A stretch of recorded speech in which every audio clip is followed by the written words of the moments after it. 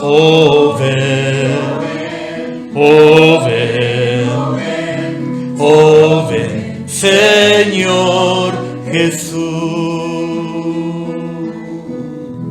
Amén, Señor. Amén, hermanos. Cantamos estas dos canciones recordando que el Señor viene. Pero ¿por qué no viene?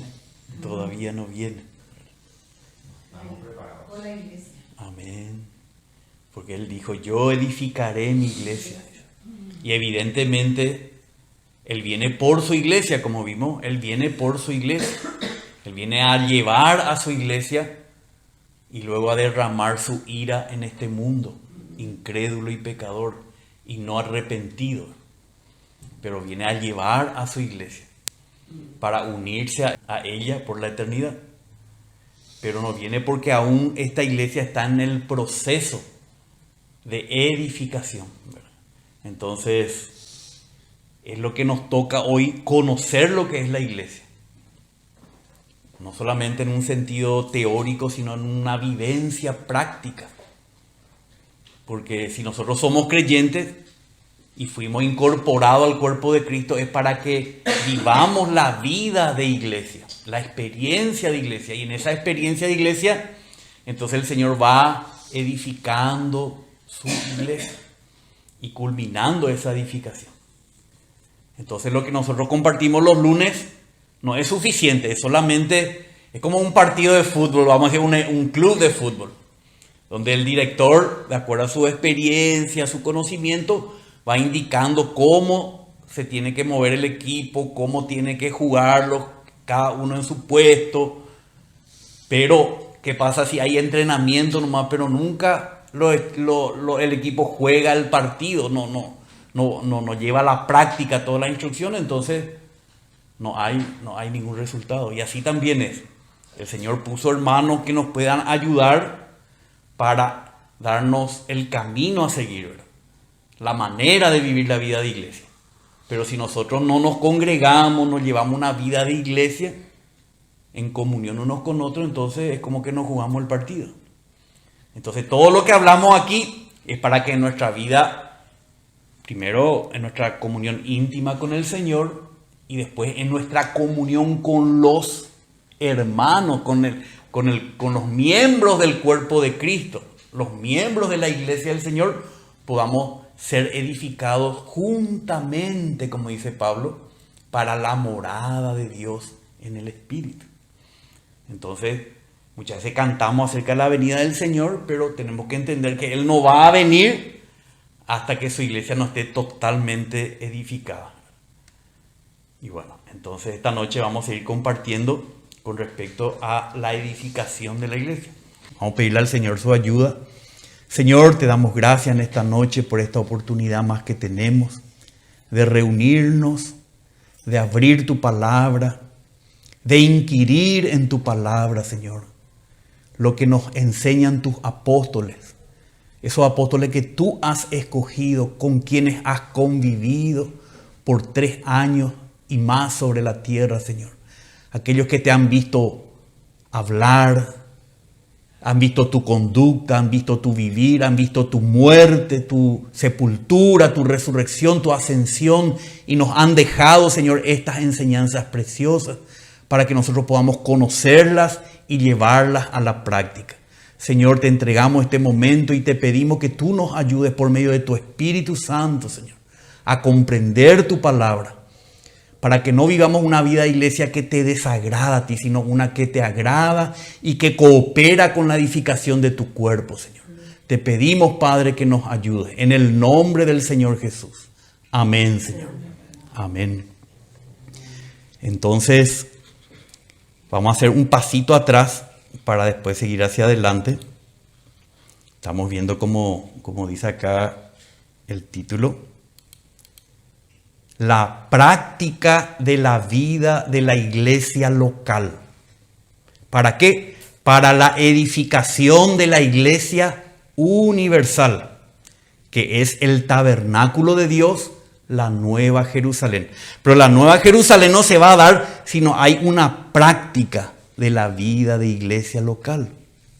Ya habíamos dicho que la iglesia universal es una y incluye a todos los creyentes de todos los tiempos y de todos los lugares. Pero que esa iglesia universal se hace manifiesta, práctica, y se va edificando esa iglesia universal por medio de la vida de iglesia local.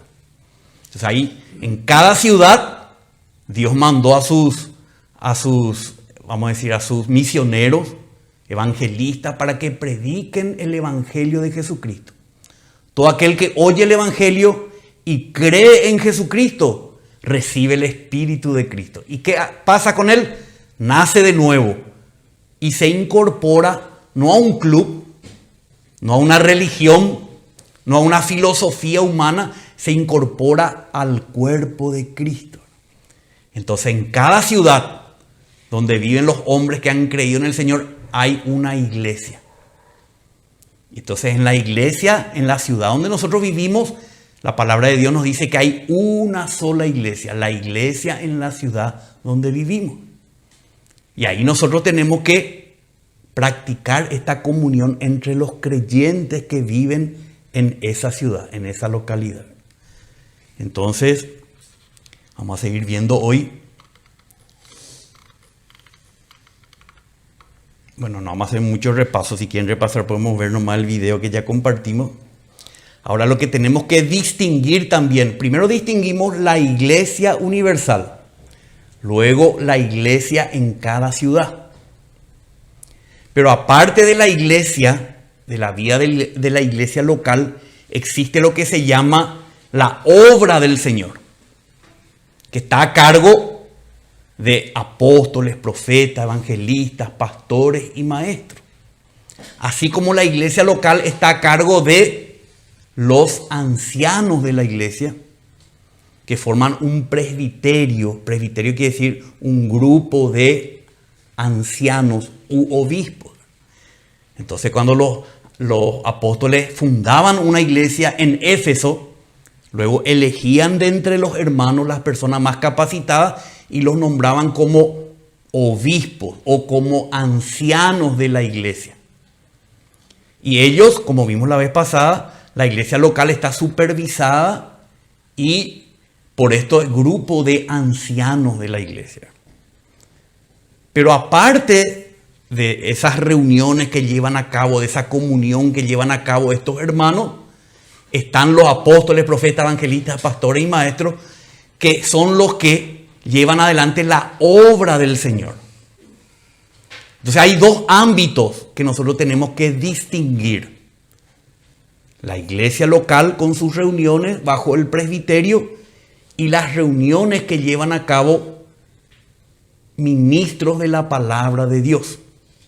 Por ejemplo, esta noche, yo soy un pequeño ministro de la palabra de Dios, ¿verdad?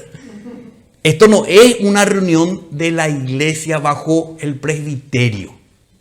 Lo que nosotros normalmente hacemos es que puede ser un domingo a la mañana o un miércoles, nosotros nos reunimos como iglesia y ahí están los ancianos que están supervisando las reuniones de la iglesia.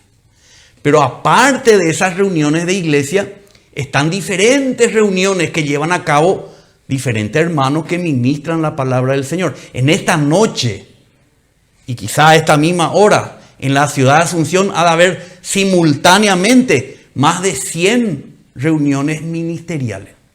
Allá en tal lugar está un hermano evangelizando. Allá en otro lugar está un hermano enseñando. Allá está otro hermano pastoreando. Allá está otro hermano, ¿verdad?, profetizando una palabra fresca del Señor, como la que escuchamos ayer, ¿verdad? Ayer, por ejemplo, en la reunión allá en Fernando La Mora, no fue una reunión donde se enseñó la Biblia, más bien una reunión donde se pasó una carga que estaba en el corazón del hermano para la iglesia. No fue tampoco un momento de evangelismo, fue un momento de transmitir una carga que el hermano trajo en su corazón para los hermanos que estaban allí reunidos. Esta noche podemos decir que tampoco es una reunión de iglesia, es una reunión de enseñanza, donde estamos enseñando los principios fijos, como se diría, constantes de la palabra de Dios. No es que estoy transmitiendo una carga porque veo que en la iglesia está faltando esto o aquello en el sentido de nuestra comunión y nuestra relación entre los hermanos. Eso sería una reunión de profecía. Tampoco estamos evangelizando porque acá todo lo que estamos ya hemos creído en el Señor. No hace falta que nos evangelicen porque ya hemos creído en el Señor. Entonces tenemos que distinguir, como dice aquí el punto 3, distinguir entre las reuniones de la iglesia local, que están bajo la supervisión de los ancianos, de las reuniones, varias reuniones ministeriales. Ahora mismo el hermano está allá en Fernando de la Mora, un hermano llevando adelante la palabra que el Señor puso en su corazón. Acá está otro hermano, allá en la otra esquina estará otro hermano. En este momento en Asunción y en el mundo miles de hermanos están, ¿verdad?, tratando de perfeccionar a los santos para la obra del ministerio. Pero cuando en cada ciudad se reúnen hermanos en el nombre del Señor para tener comunión unos con otros, partir el pan y llevar adelante una reunión donde oren por los intereses del Señor, es una reunión de iglesia. Entonces, esta noche es una reunión ministerial, ¿verdad? Si nosotros no captamos esta diferenciación, entonces va a ser difícil que la iglesia pueda vivir una vida de unidad y de orden. Y eso es lo que sucede en todo el mundo. Por ejemplo, en Asunción vemos que hay muchísimas reuniones ministeriales donde una persona está llevando adelante un ministerio, ya sea de cual fuere, el ministerio que fuere, pero muy pocos hermanos se reúnen como iglesia. ¿Para qué? Para tener comunión unos con otros, el partimiento del pan y las oraciones. Y eso es lo que falta en cada ciudad del mundo. ¿Por qué se ha perdido entre los hermanos esa diferenciación entre lo que es la reunión de la iglesia y las miles de reuniones ministeriales? Y aún esas miles de reuniones ministeriales, por no entender lo que es la reunión de la iglesia, han causado en la práctica una división inmensa en el cuerpo del Señor, en el cuerpo de Cristo. Entonces, vamos a mirar acá, vamos a repasar esto. Dice, las reuniones de la iglesia local son convocadas, dirigidas y están bajo la responsabilidad del presbiterio local. Tienen como finalidad la edificación mutua, unos con otros, ¿verdad?, de los creyentes, y hacer memoria del Señor y la adoración al Padre por medio de las alabanzas, testimonios, oraciones, la palabra y el partimiento del pan. Esto después vamos a entrar en algo más detallado.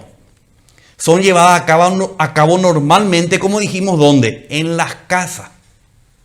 No en un lugar grande, sino, como vemos en todos estos versículos, ya hemos visto la vez pasada, cómo los hermanos, para llevar la vida de iglesia local, se reunían en las casas. Por ejemplo, en Jerusalén, habían más de 8.000 en un momento dado, quizá hubo más después, pero se reunían todos los días y de casa en casa, partiendo el pan, haciendo memoria al Señor, teniendo comunión unos con otros, orando al Señor.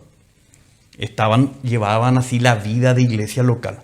Ahora, las reuniones ministeriales es lo que estamos ahora tratando de entender la diferencia.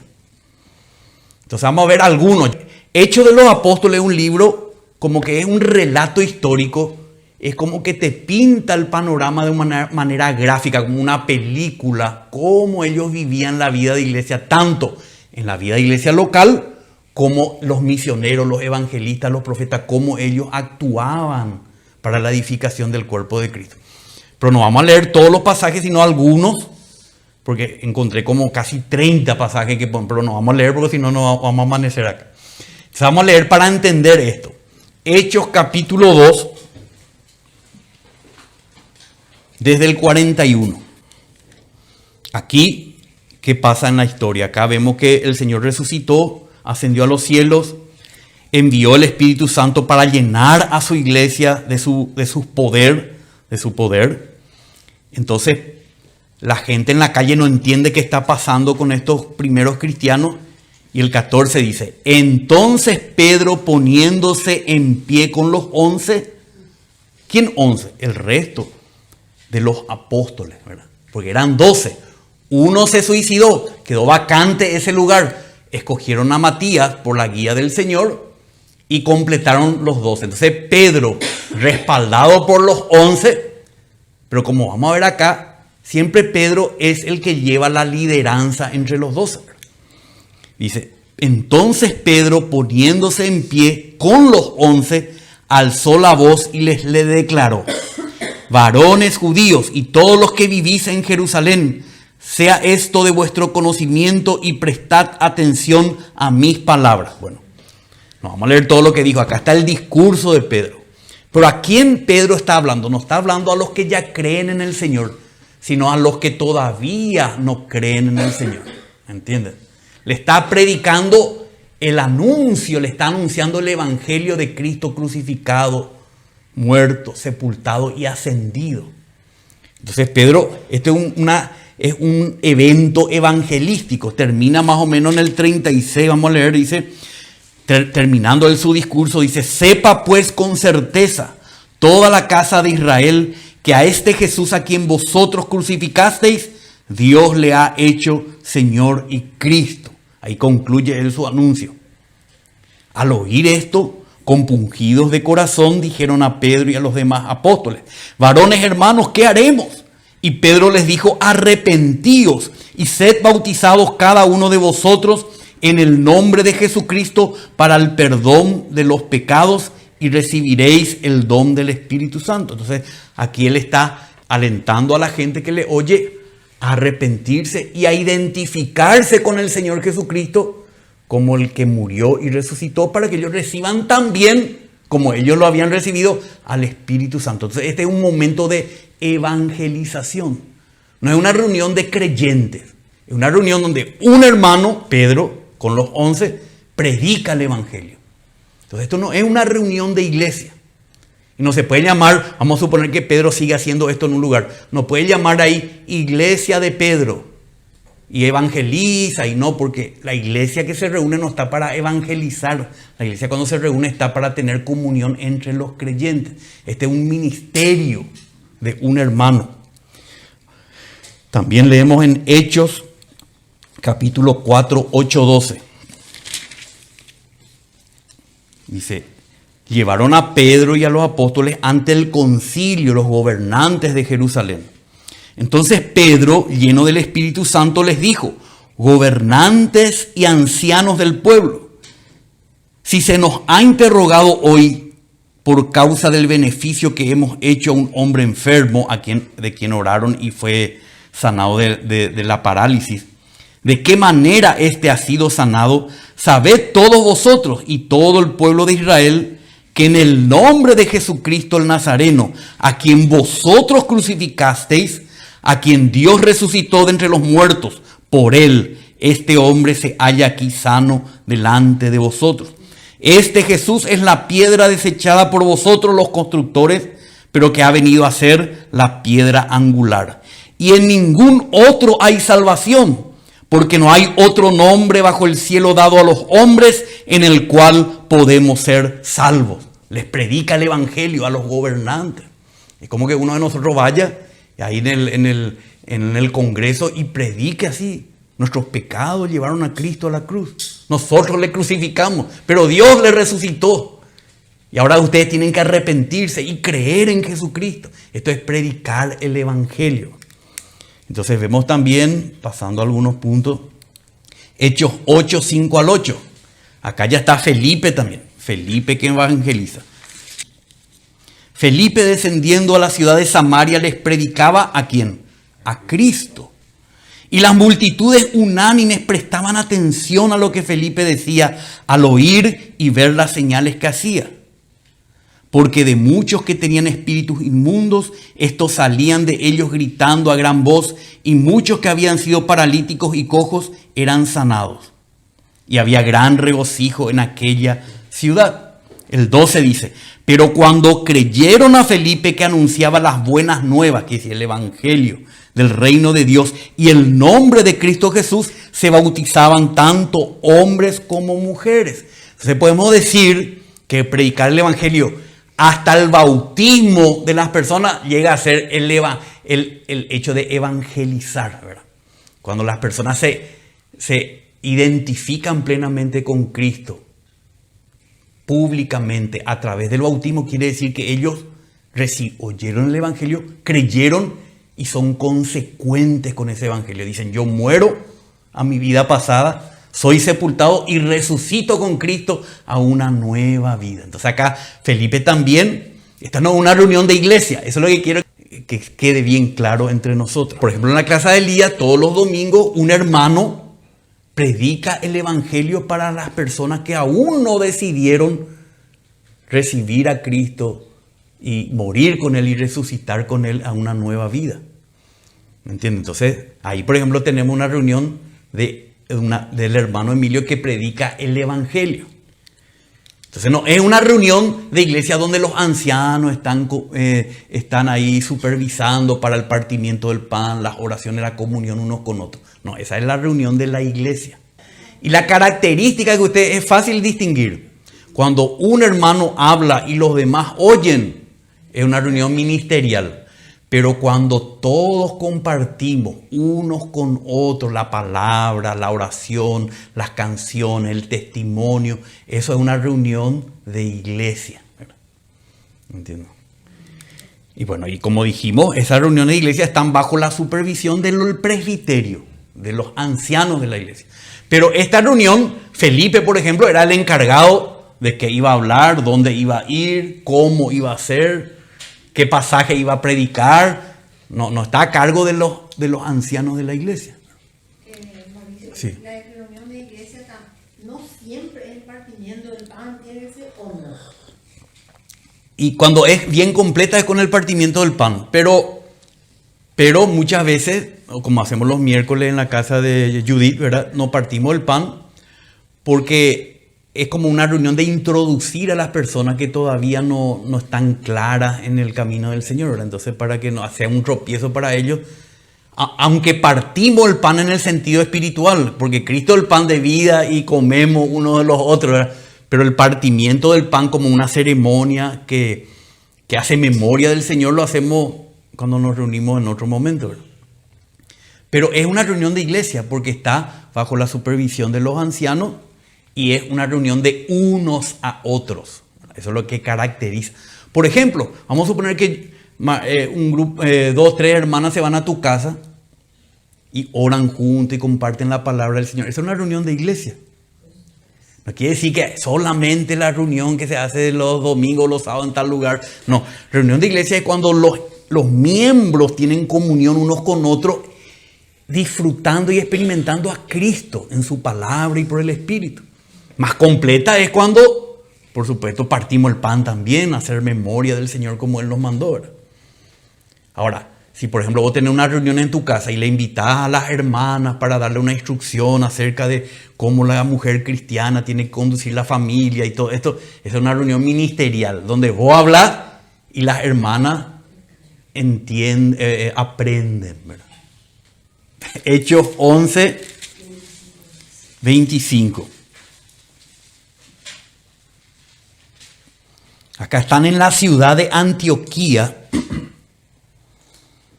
y Pablo, que se llamaba antes Saulo, estaba en la ciudad de Tarso. Entonces Bernabé, dice el 25, y Bernabé salió rumbo a Tarso para buscar a Saulo, porque él ya se había convertido al Señor y ya había tenido experiencias con el Señor, pero estaba solo allá, ¿verdad?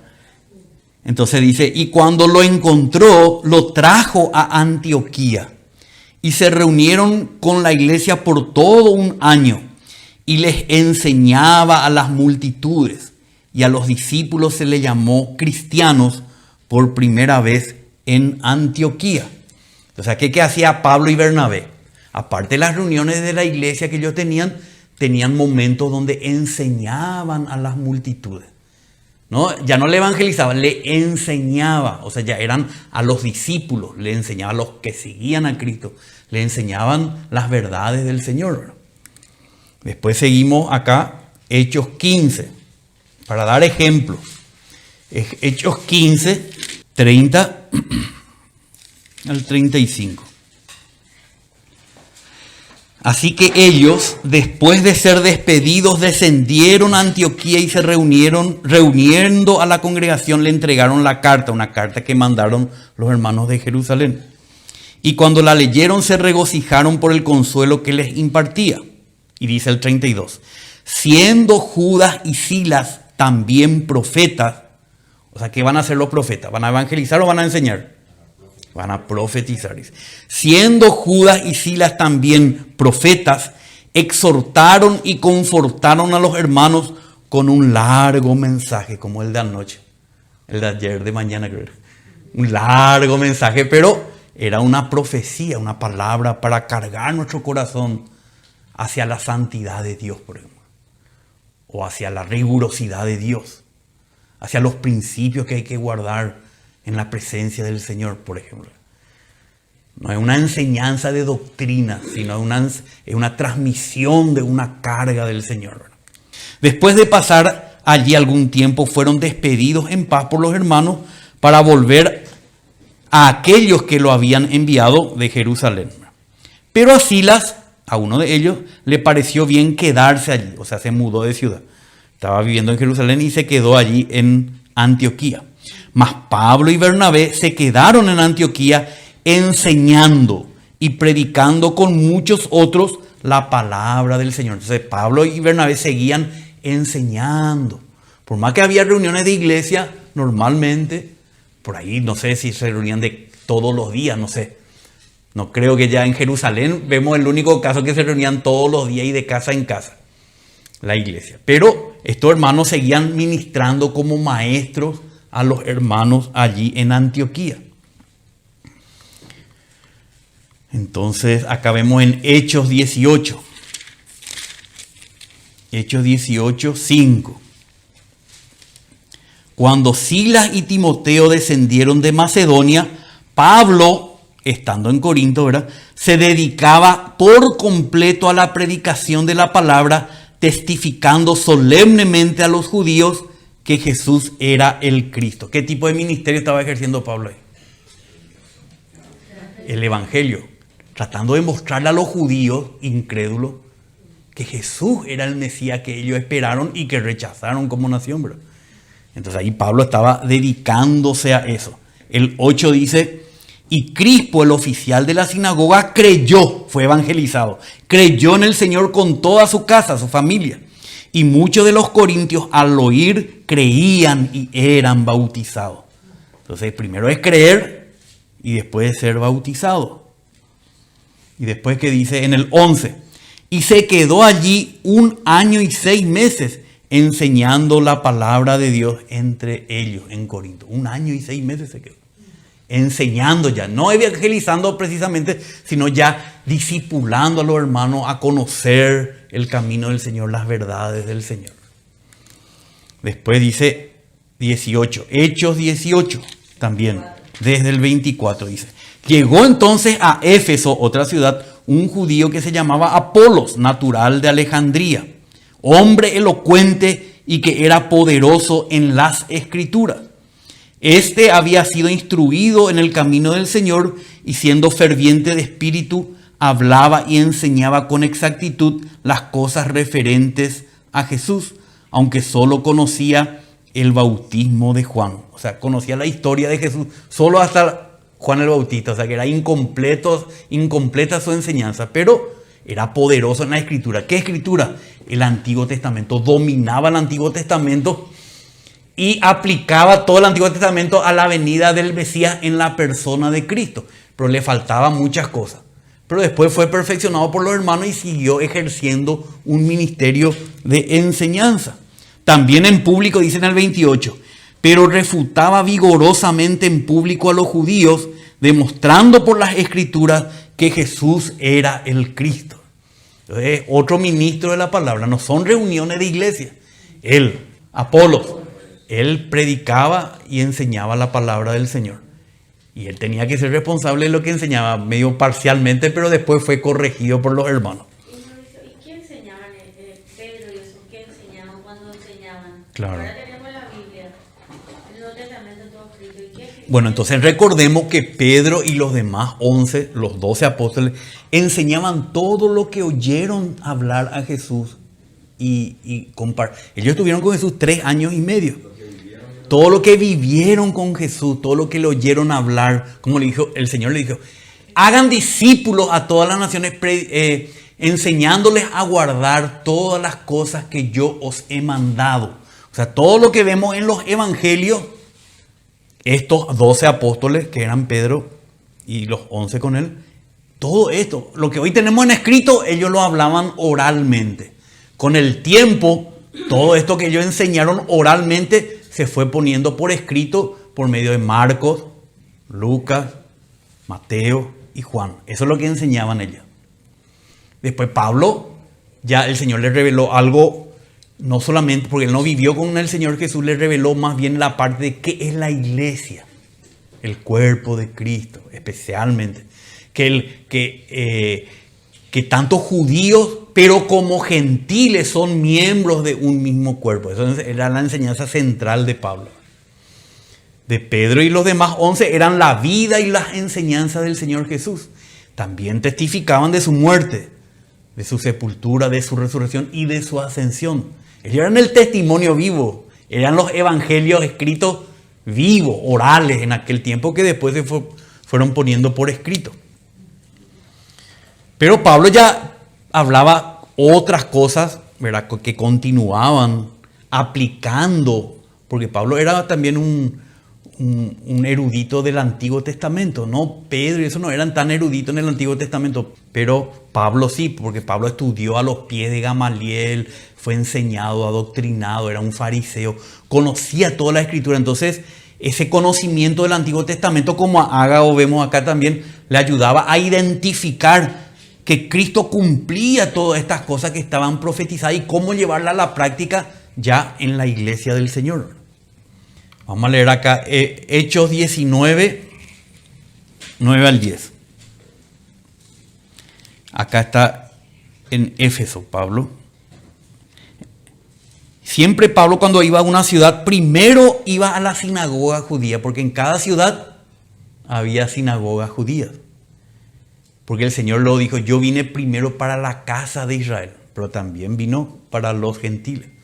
Pero Pablo primero iba a la sinagoga judía porque también era algo muy sabio de su parte, porque cuando algunos creían, algunos eran ya conocedores del Antiguo Testamento. En cambio, si le predicaba un gentil, conocía a Herodoto, Aristóteles, toda la filosofía griega, pero no conocían la Sagrada Escritura.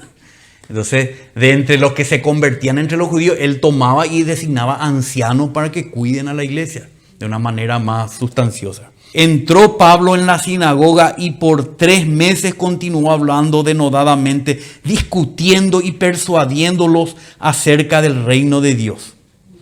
Pero cuando algunos se endurecieron y se volvieron desobedientes, hablando mal del camino, que habla del seguir a Cristo, ante la multitud, Pablo se apartó de ellos, llevándose a los discípulos, a los que creyeron, y discutía diariamente en la escuela de Tirano. Esto continuó por 2 años, de manera que todos los que vivían en la provincia de Asia oyeron la palabra del Señor, tanto judíos como griegos. O sea, acá Pablo primero predica a Cristo, a los judíos.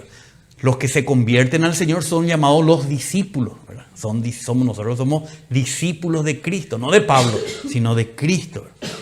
Y con ellos les va instruyendo en la escuela, o sea, le prestaron ahí una escuela de un filósofo tirano, se llamaba, y ahí él hablaba la palabra del Señor.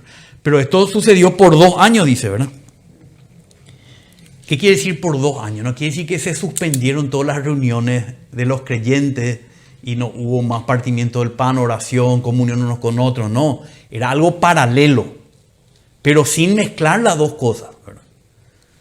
Las dos cosas tienen que funcionar paralelamente. Acá en Asunción tienen que estar las reuniones de la iglesia y paralelamente las reuniones de 1000 hermanos. De acuerdo a nuestra necesidad, nosotros entonces, por ejemplo, algunos necesitan ir a escuchar a tal hermano, otros a tal hermano, de acuerdo a su necesidad de conocimiento, de lo que sea, ¿verdad? Pero cuando nos reunimos el día de reunión de la iglesia, todos esos hermanos, yo y lo que enseñan, tenemos que reunirnos bajo el presbiterio local y ser uno más nomás ahí del cuerpo de Cristo. Porque ahí no es para ejercer un ministerio, ahí es para tener comunión unos con otros, para que todos los miembros puedan funcionar. Esta es la reunión de la iglesia. Y fuera de esa reunión sí podemos cada uno, si acá hay un hermano, una hermana que quiere de repente construir un edificio, un orfanatorio, ese puede ser su ministerio de ayuda, ¿verdad? Pero no quiere decir que ahí nomás se va a quedar, no. El día de reunión, el horario de reunión de la iglesia, deja eso, ¿verdad? Cuidado, por supuesto, y se va y se reúne con los hermanos de la iglesia y tiene comunión. No es que ahí nomás ya hace su iglesia y le pone ahí un nombre, y el otro hace su iglesia y yo hago acá mi iglesia. No se vayan a reunir con los hermanos. Acá ustedes van a tener esto. Vamos a partir el pan. No es así. Eso es una división en el cuerpo de Cristo. Entonces tenemos que distinguir, estamos tratando de ver en Hechos de los Apóstoles para distinguir esto, ¿verdad? Ya habíamos pues hablado la semana pasada de las reuniones de la iglesia, cómo eran unos con otros, profetizando uno por uno, partiendo el pan, y vamos a ver más después eso. Pero hoy estamos viendo más las reuniones. Bueno, vamos a terminar con este versículo acá, Hechos 28, 23. Y habiendo fijado un día, Pablo estaba en Roma, vinieron en gran número a donde él posaba, y desde la mañana hasta la tarde les explicaba, testificando fielmente sobre el reino de Dios y procurando persuadirlos acerca de Jesús, tanto por la ley de Moisés como por los profetas. Acá también vienen los judíos que vivían en Roma a escuchar a Pablo acerca de Jesús, como él les explicaba cómo en la Torá de Moisés y cómo en los profetas estaba ya anunciado él, en símbolos, en profecía. Pero algunos creían y otros no creían, ¿verdad? El 30-31 dice, y Pablo se quedó por 2 años enteros ahí en Roma, en la habitación que alquilaba, y recibía a todos los que iban a verlo, predicando el reino de Dios y enseñando todo lo concerniente al Señor Jesucristo con toda libertad y sin estorbo. Entonces él tuvo que alquilar una casa para recibir a los hermanos y ahí les enseñaba. Pero siempre tenemos que entender que en la iglesia en Roma se reunían también los hermanos. Y Pablo, cuando tenía libertad, podía ir a reunirse con los hermanos en las reuniones de la iglesia. Pero bien claro que era esa una reunión y que era otra reunión. Entonces acá podemos resumir esta parte diciendo que las reuniones ministeriales son convocadas, en este caso fue por Pablo, dirigidas por Pablo, y están bajo la responsabilidad de un ministro, en este caso Pablo, o ministros de la palabra. Puede ser un grupo también de hermanos que hablen, ¿verdad? Que sea un apóstol, un profeta, un evangelista, un pastor, un maestro, como estuvimos viendo en Hechos. Vimos algunos que son misioneros, otros profetas, evangelistas, otros pastores y maestros. ¿Y cuál es la finalidad de esas reuniones? Teniendo como finalidad, ya vimos esto, el perfeccionamiento de los santos. Primero el creer en Cristo, que es el evangelista.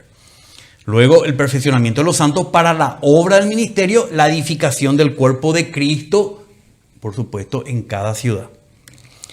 Ahora, esto yo puse porque es importante que entendamos esto. Si durarán un tiempo prolongado, como Pablo cuando estuvo en Roma muchos años o en Éfeso, él escogió la escuela de Tirano o alquiló una casa aparte y ahí él llevaba a cabo su ministerio, sin interrumpir las reuniones normales de la iglesia.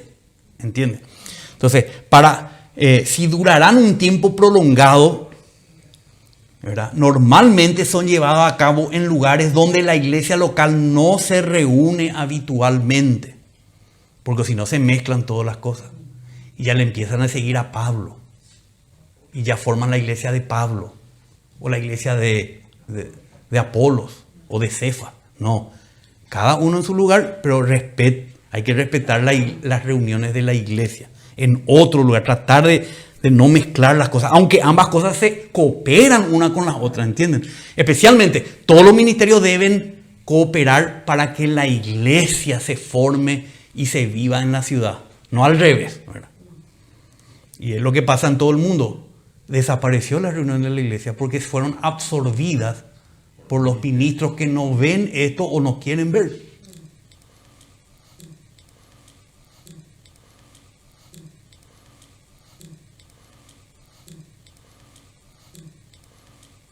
Entonces dice lo siguiente acá, el B. ¿Para qué esto es? Para evitar que enseñanzas no fundamentales, aunque muy importantes, se constituyan en un sistema de doctrinas que cause una división de comunión entre los miembros de la iglesia. Porque lo que nosotros compartimos en común, ya hablamos, hay una fe común de todos los creyentes. Todos los creyentes, no importa qué línea doctrinal tenga. La fe común, que es Cristo, su persona, su obra, su persona, Dios hecho hombre, murió por nuestros pecados, fue sepultado, resucitó y ascendió a la diestra del Padre. Esa es nuestra fe común. Pero, por supuesto que eso no es todo lo que se enseña en la Biblia. En la Biblia se enseña fundamentalmente eso, pero sobre eso se va aclarando muchas cosas. La venida del Señor. Algunos enseñan que la venida del Señor es después de unos 7 años de tribulación, otros después de unos 3 años y medio de tribulación. Otros enseñan que va a venir un milenio literal después de la venida del Señor. Otros creen que ese milenio ya estamos viviendo hoy desde que el Señor ascendió hasta que Él regrese. O sea, eso es solamente hablando de escatología. Hay 20 interpretaciones de los eventos futuros. Pero nosotros no podemos, se tiene que enseñar esto porque es importante, porque cada uno aporta algo. Pero no sobre esto tiene que ser nuestra comunión como iglesia. Estos son reuniones ministeriales nomás. Porque o si no se constituye un sistema de doctrina. Por ejemplo, los hermanos bautistas dicen, este es nuestro credo bautista. Entonces todos los que aceptan el credo bautista se reúnen con los bautistas. Estos son los hermanos presbiterianos. Todos los que creen el credo presbiteriano que se diferencia en lo secundario, no en lo fundamental. Con los bautistas se reúnen solamente con los bautistas. Y así las miles y mira, 40.000. En el mundo hay 40.000 denominaciones, por lo menos reconocidas. Cada una enfatiza algo que ven en la palabra de Dios. Pero no se reúnen como iglesia en Cristo, en el nombre del Señor, sino que se reúnen, vamos a decir, sectariamente en su doctrina particular, ¿verdad? En su sistema de doctrina que causa una división en la comunión de los miembros de la iglesia. Entonces sí, podemos ir a escucharle a un hermano bautista que nos enseñe la palabra. Al otro día podemos escucharle a un hermano presbiteriano, a un hermano metodista, a un hermano, porque nos va a enseñar menonita. Pero no tenemos que congregarnos con ellos como una iglesia de Él. Tenemos que congregarnos con todos los hermanos que nos reunimos sobre la fe común, Cristo y la obra de Cristo. ¿Están entendiendo, hermano? Porque eso es demasiado importante y muy poca gente ve esto. Entonces esto también es para evitar que las reuniones de la iglesia local bajo el presbiterio se conviertan en congregaciones en torno a un ministro, a una práctica, como vestirse, como orar, o alguna doctrina secundaria y no en cuanto a la fe común. Y así está. La iglesia en Asunción, muy pocos hermanos se están reuniendo en la fe común. Por lo menos lo que yo conozco. Ojalá con el tiempo vamos conociendo a más hermanos. Pero una alegría es conocer a hermanos que se están reuniendo en la fe común y que su único vínculo de comunión es Cristo el Señor. Eso es maravilloso, porque esa es la reunión de la iglesia en la localidad.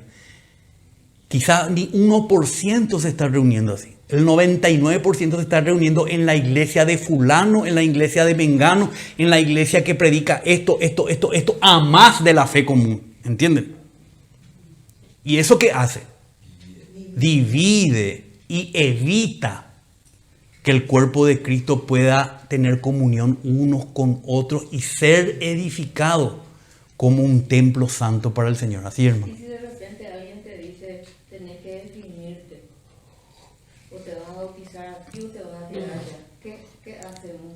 No, y la primera definición que, claro, la primera definición que tenía que hacer cada uno es, ¿Crees en el Señor Jesucristo como el Hijo de Dios que murió por tus pecados y que resucitó entre los muertos? ¿Crees? Sí, Que te salvó en la cruz del Calvario. sí. Que vos no sos salva por tu propia justicia, que es por Cristo que sos salva como el Cordero de Dios. Cree en Él que resucitó. Y vos te identificás con Cristo, ¿verdad? Le recibís a Cristo. Esa es la primera decisión que tenés que hacer. Una vez que ya hiciste eso, vos tenés la libertad de ir a escuchar a un bautista. No pude, me rechazaron. Y bueno, y si te rechazan, no importa. Eso. No importa si te rechazan. Ese es un problema. No te vamos a poder recibir más Problema acá. de ellos. Eso ya es un problema de ellos, no es un problema tuyo. Y bueno, una vez que le recibiste a Cristo, vos te reunís con todos los que le recibieron a Cristo. Reunite con ellos, alabarle al Señor, cantar himnos al Señor, adorarle al Señor, leer su palabra juntos con ellos. Ahí nadie te va a imponer ninguna doctrina particular, solamente que seas fiel al Señor Jesucristo. En verdad y en conducta, ¿verdad? Como dijimos la otra vez. Y ahí te vas a reunir, vas a disfrutar. Ahora, por ahí un hermano viene, o yo te invito acá a mi casa los lunes y venía a escuchar la palabra de Dios. Eso no es una reunión de iglesia, pero si yo te recibo, te recibo. Y si no te recibo, no te recibo. Ya es mi problema. Yo ya estoy en falta con el Señor, ¿verdad? Vos no te preocupes por ello, vos preocupate por vos, ¿verdad? Y tu comunión con los hermanos. Entonces, para seguir acá. La jurisdicción del presbiterio, o sea, los ancianos de la iglesia local, y la jurisdicción de los ministros obreros. O sea, donde los ancianos tienen autoridad, donde ellos pueden dirigir, encaminar a los creyentes, en qué ambiente, a qué límite. Y también los ministros obreros, donde ellos pueden recibirte o no recibirte, ¿verdad? A sus reuniones de estudio o de lo que... Cada obrero también, por ejemplo, yo conocí a algunos obreros del Señor que si vos no venías en corbata a sus reuniones y vestido de blanco y de azul, o vamos a decir de tipo de vestir, vamos a llamar. Por ejemplo, cuando te va a una fiesta teñida, elegante. Bueno, y si vos no venías a las 8, ya te cierran la puerta. Y está bien también, porque es un perfeccionamiento. Y si vos no te adecuás a lo que Él te está diciendo, entonces busca nomás otro lugar donde te van a enseñar la Biblia, porque acá no Él cree que tenés que venir bien vestido, o tenés que venir a hora, tenés que tal cosa. Esa es una reunión ministerial, pero una reunión de la iglesia nadie te puede decir que tenés que venir con corbata o tenés que venir a tal hora. No, porque ahí no hay ninguna restricción a más de que creas en Cristo. Si vos crees en Cristo ya tenés el ticket habilitado. ¿Entienden? Pero a una reunión que te puede exigir, por ejemplo, bueno, tenemos que reunirnos a las 3 de la mañana. Y vos tenés que venir a las 3 de la mañana porque ese hermano te quiere seguramente enseñar que a las 3 de la mañana voy a tener que estar. No sé, cosas así, te digo nomás como ejemplo extremo, pero es así, ¿verdad? Entonces, el presbiterio de una iglesia local es responsable y tiene jurisdicción sobre cada uno y sobre todos los santos que residen en dicha localidad. O sea, los ancianos de la iglesia en Jerusalén tenían que cuidar a los creyentes que vivían en Jerusalén. Y si se portaban mal, tenían que llamarle la atención. Y si estaban desanimados, le tenían que animar. Tenían que cuidar de los hermanos que vivían en su ciudad. Por eso es importante cuando hay...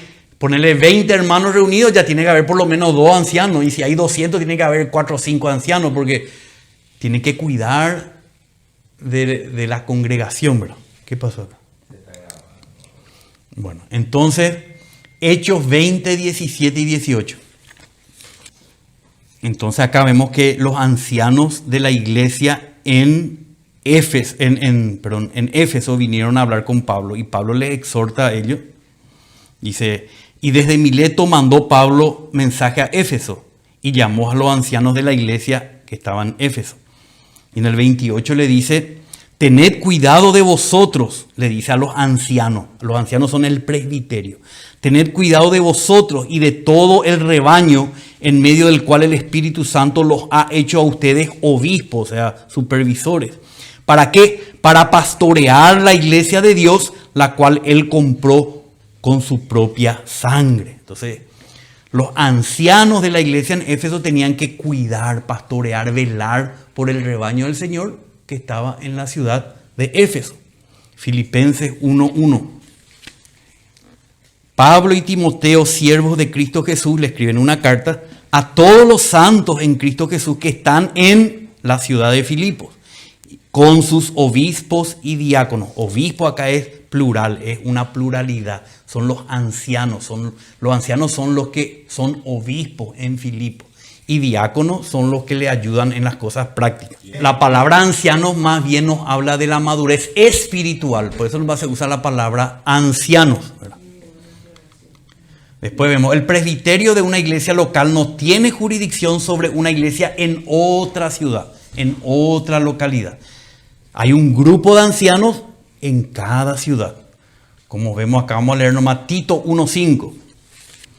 Por esta causa, dice Pablo a Tito, su colaborador en las misiones, por esta causa te dejé en Creta, que es una isla, para que pusieras en orden lo que queda y designaras ancianos, en plural, en cada ciudad. O sea, en cada ciudad hay un presbiterio, un grupo de ancianos, ¿verdad? No es un pastor. Esa costumbre que hoy se hace, un pastor en una congregación, no es bíblica.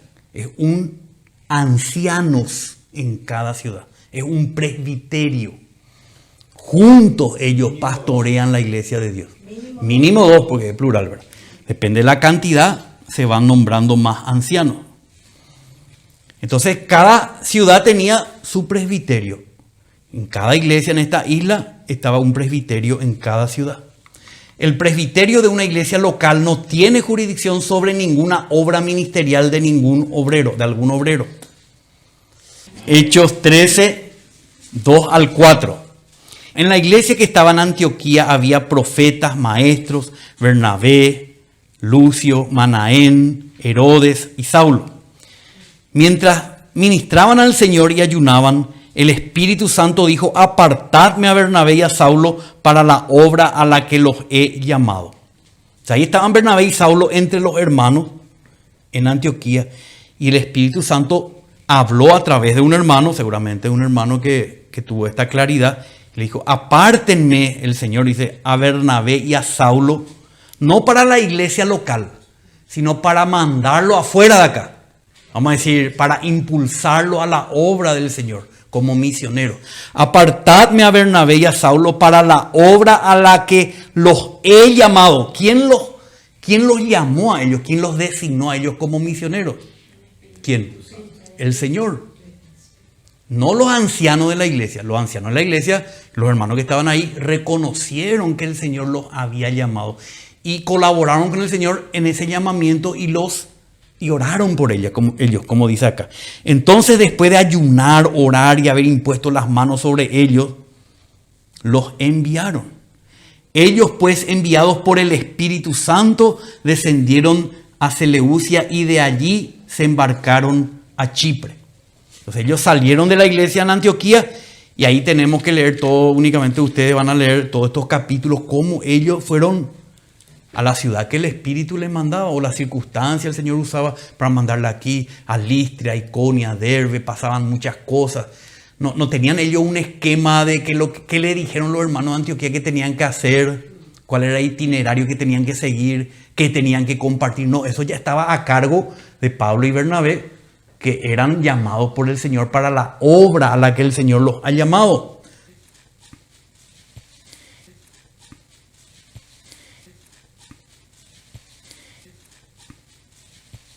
Entonces, cuando terminaron ese viaje, regresaron cuando ellos creyeron conveniente en comunión con el Señor, 15:33.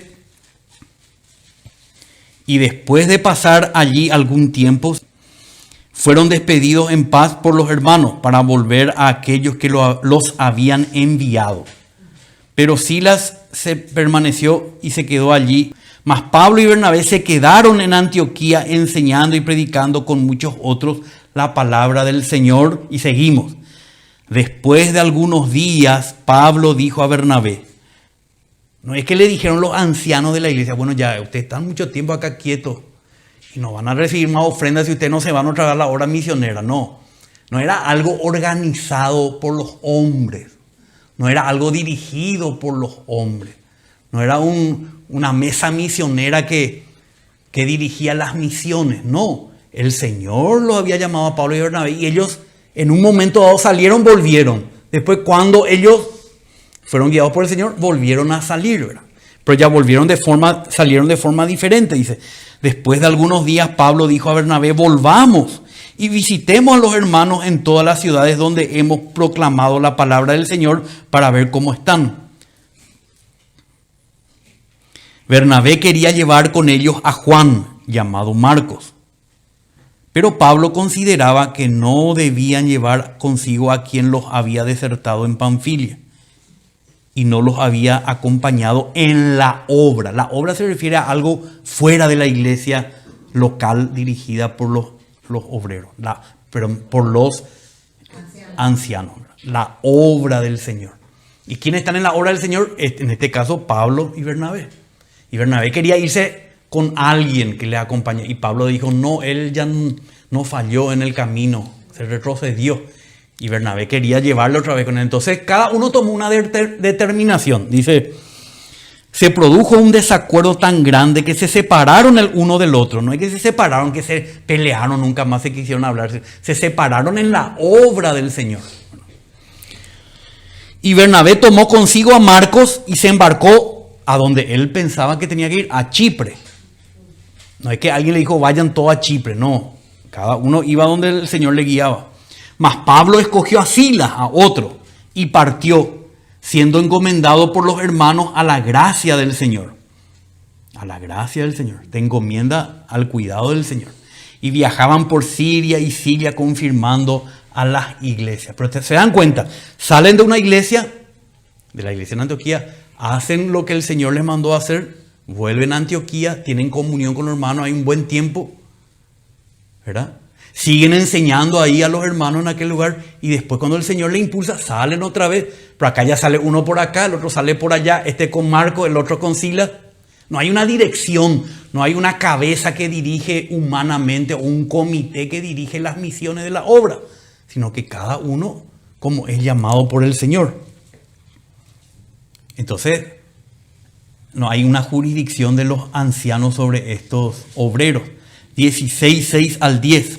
Pasaron por la región de Frigia y Galacia, habiendo sido impedidos por el Espíritu Santo de hablar la palabra en Asia. ¿Quién les impedía hablar aquí o hablar allá? El Espíritu Santo, obrando en ellos. No era una orden de los ancianos de la iglesia en Antioquía o de un grupo de misioneros que dirigía dónde se iban a ir. No, totalmente entregado a la dirección del Espíritu. Cuando llegaron a Misia, intentaron ir a Bitinia, ni ellos se dirigían a sí mismos, dice. Pero el Espíritu de Jesús no se lo permitió. Y pasando por Misia, descendieron a Troas. Por la noche se le mostró a Pablo una visión. El Señor mismo le dirigía, ¿verdad? Un hombre de Macedonia estaba en pie suplicándole y diciendo, pasa a Macedonia y ayúdanos. Ellos nunca habían ido a Europa. Por primera vez el Señor los iba a impulsar de Asia Menor a Europa. ¿Cómo? Directamente el Señor le decía. Cuando tuvo la visión, Pablo, enseguida, nosotros los que le acompañábamos, dice Lucas y otros, enseguida procuramos ir a Macedonia, persuadidos de que Dios nos había llamado para anunciarles el Evangelio. O sea, nadie les dirige a los de la obra, no son los ancianos de Antioquía, ni un grupo de misioneros, un board, como se dice en español, una organización misionera, no. Ellos se van donde el Señor, una junta misionera, porque hay muchas juntas misioneras hoy, y tienen que tener ciertos requisitos y te tienen que mandar a tal lugar y tener que hacer todo lo que ellos te dicen, o si no te sacan de su junta, de su organización. Eso no es la manera que el Señor obra. Comisión directiva, y ahí hay muchos intereses, ¿verdad? Económicos, políticos, culturales, no. Entonces, Mauricio, no hay una misión que el Señor envía, entonces, porque todo es una organización. Yo no conozco. Justamente. ¿Verdad? Bueno, yo creo que hay muchos hermanos que están en la obra del Señor sin sujetarse a los hombres, pero sí que llevan, esto es importante, viven en la vida de iglesia local. Pues no es tampoco un que anda solitario por ahí, nunca se congrega, él nomás se cree un misionero, ¿no?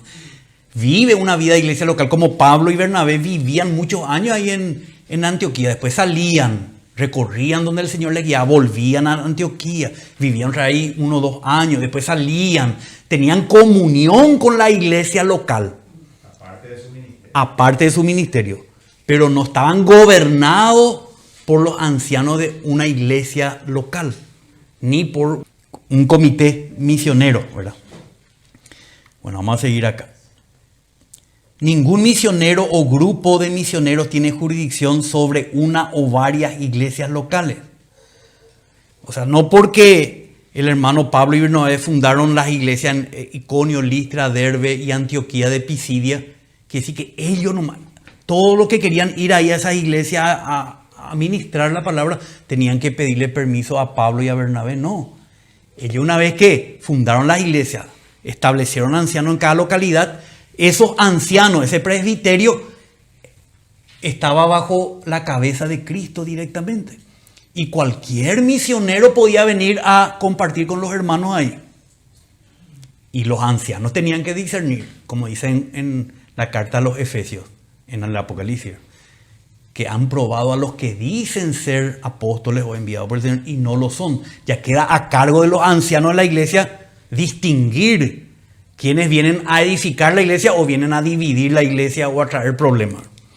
Entonces, aunque los apóstoles misioneros fundadores de una iglesia local sí tienen autoridad espiritual, a la que el presbiterio designado por dicho misionero hará bien en atender. Pablo, por ejemplo, fundó muchas iglesias y le escribía cartas a la iglesia que está en Corinto, a la iglesia que está en Roma, a la iglesia, les transmitía su cuidado. Pero ellos no tenían que sujetarse sí o sí a él y a ningún misionero. Ellos tenían que tomar las decisiones locales por sí mismos. Entonces vamos a leer acá. 1 Corintios 3, 5 al 9. Dice así Pablo. ¿Qué es pues Apolos, un ministro? ¿Y qué es Pablo, otro ministro? Somos servidores mediante los cuales vosotros, los que vivís en Corinto, habéis creído. Según el Señor dio oportunidad a cada uno. O sea, según el Señor dio a cada uno la capacidad, lo que quiere decir. Acá oportunidad no está en el griego. Yo planté, dice Pablo, Apolos regó, pero Dios ha dado el crecimiento. O sea que donde Pablo plantó, Apolo, ¿qué podía hacer? Regar. Pablo no le podía decir, no, deja, yo nomás puedo regar esa plantita que planté. Porque a mí me pertenece la iglesia en Corinto, porque yo fundé la iglesia en Corinto.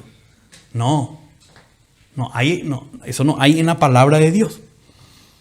Porque ni el que planta ni el que riega es algo, sino Dios que da el crecimiento. Ahora bien, el que planta y el que riega son una misma cosa, pero cada uno recibirá su recompensa conforme a su propia labor. El Señor se va a encargar de recompensar a uno y a otro conforme a su labor.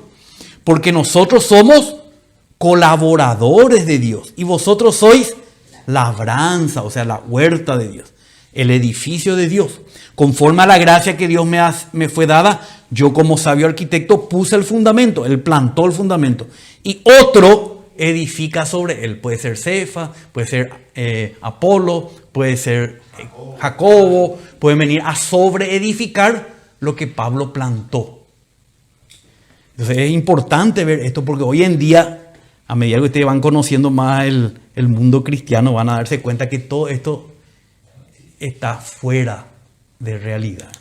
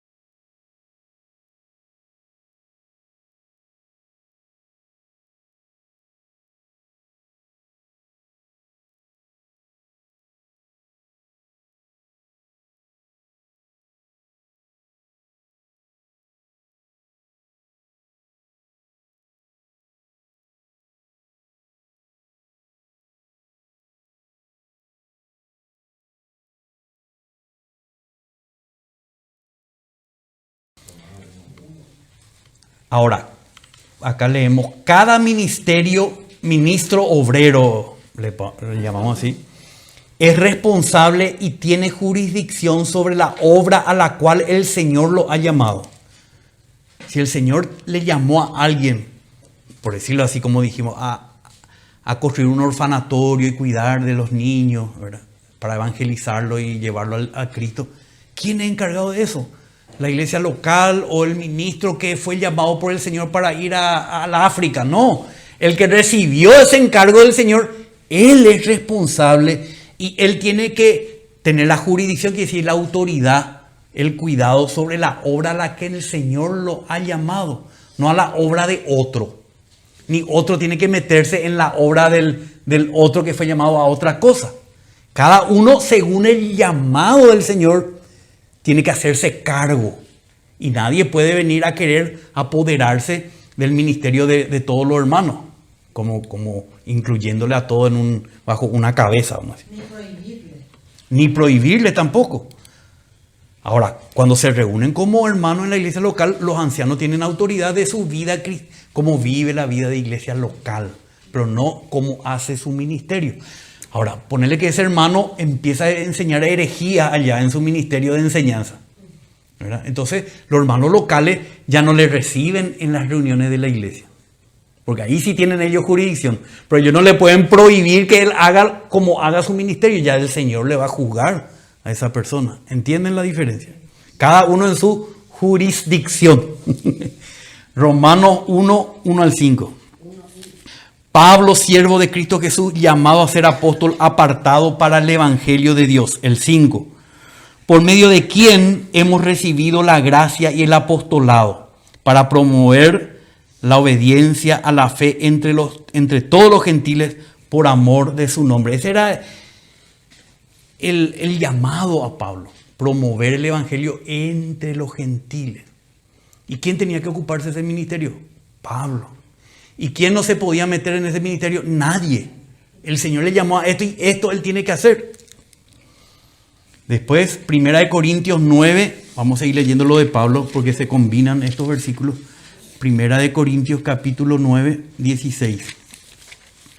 Pues si predico el evangelio no tengo nada de qué gloriarme, pues estoy bajo el deber de hacerlo. Pues ay de mí si no predico el evangelio. ¿Por qué? Porque alguien le mandó predicar el evangelio. ¿Algún comité, alguna institución religiosa? No, dice. Porque si hago esto voluntariamente tengo recompensa. Pero si lo hago en contra de mi voluntad, un encargo se me ha confiado. ¿Quién le encargó? Como leímos en Romanos. El Señor mismo le encargó. Y así, a cada uno le encarga algo. No porque un ser humano te dijo, sino porque Dios mismo te encargó eso. Gálatas 2:7. ¿Alguna vez le va a servir esto? ¿Van a discernir ustedes entre los hermanos? ¿Qué está pasando acá? ¿Por qué? Van a tener claridad. Van a saber cómo actuar. Gálatas 2:7. Dice Pablo. Sino que al contrario, al ver que se me había encomendado el evangelio a los incircuncisos, pero nos dice acá tácitamente, dice, se me había encomendado. ¿Pero quién lo encomendó? El Señor mismo. Por eso dice en Antioquía, dice, a la obra a la que el Señor los ha llamado, ¿verdad? Dice, así como a Pedro lo había sido a los circuncidados, a los judíos. Porque aquel que obró eficazmente para con Pedro en su apostolado a los circuncidados, también obró eficazmente para conmigo en mi apostolado a los gentiles. Colosenses 1:24. Ahora me alegro de mis sufrimientos por vosotros, y en mi carne, completando lo que falta de las aflicciones de Cristo, hago mi parte por su cuerpo que es la iglesia. Cada uno hace su parte. Solo Cristo tiene todas las partes. Y cada uno tenemos nuestra parte en la edificación del cuerpo de Cristo. Pero ¿cómo sabe que es tu parte? Porque Él te asignó. Si Él no te asignó, si te asignó un hombre, nomás te fuiste a estudiar teología y te nombraron pastor ahí. ¿Quién sabe el Señor si te asignó? Tiene que haber un llamado, tiene que haber un encargo, una encomienda. Entonces Pablo dice, de la cual, de la iglesia, fui hecho ministro conforme a la administración de Dios. O sea, no es es un llamado. Claro que no, de repente decimos, bueno, pero él era Pablo. No, cada uno tenemos un llamado. Especialmente si sos un ministro de la obra del Señor, tenés un llamado y vos tenés que cumplir, no copiando lo que el otro hace o porque hace allá y no. Tenés que hacer lo que el Señor te llamó a hacer. ¿Verdad?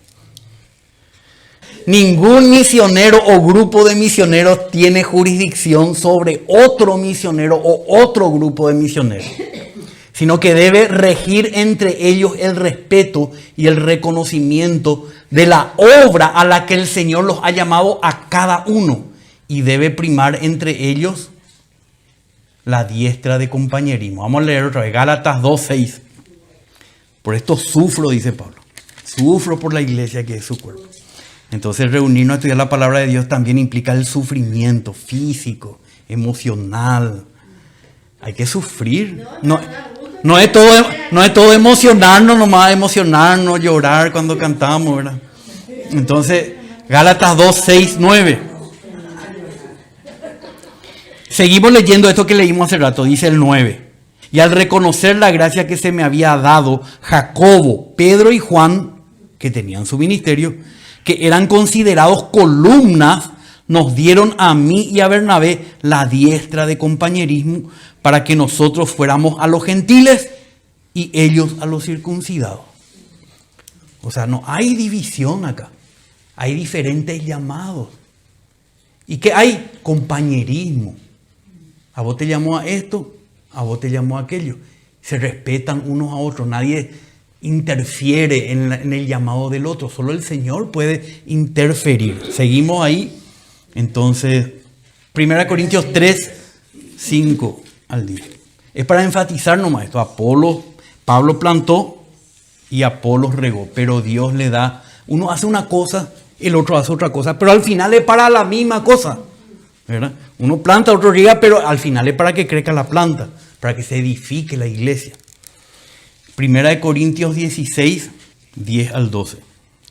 Si llega Timoteo, le dice a los corintios, ved que esté con vosotros sin temor, pues él hace la obra del Señor también como yo. Por tanto, nadie lo desprecie, más bien enviadlo en paz para que venga a mí, porque era su colaborador, porque lo espero con los hermanos. Ahora dice el 12.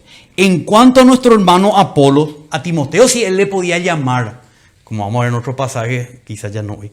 Le llama aquí, le llama allá, le manda aquí, tráeme esto, lleva aquello, porque era parte de su equipo, de su colaborador. Pablo era el que llevaba adelante una obra que Timoteo le ayudaba también. Pero en cuanto a nuestro hermano Apolo, que ya tenía otro ministerio, dice, mucho lo animé, no le puede mandar, mucho lo animé a que fuera a vosotros con los hermanos, pero de ninguna manera tuvo el deseo de ir por ahora. Sin embargo, irá cuando tenga la oportunidad.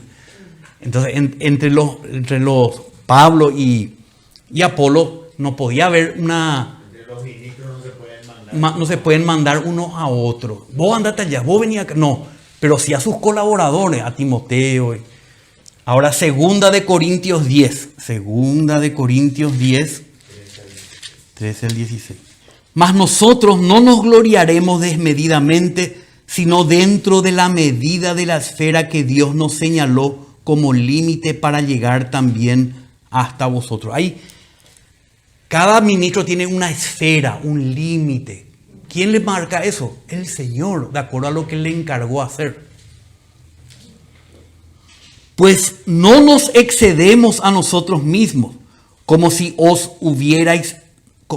os hubiéramos alcanzado, ya que nosotros fuimos los primeros en llegar hasta vosotros con el Evangelio de Cristo. No gloriándonos desmedidamente, esto es, en los trabajos de otros, sino teniendo la esperanza de que conforme a vuestra fe crezca, nosotros seremos dentro de nuestra esfera engrandecidos aún más por vosotros. O sea que Pablo era claro que él tenía un llamamiento, no es una esfera geográfica, es una esfera del ámbito espiritual donde se movía.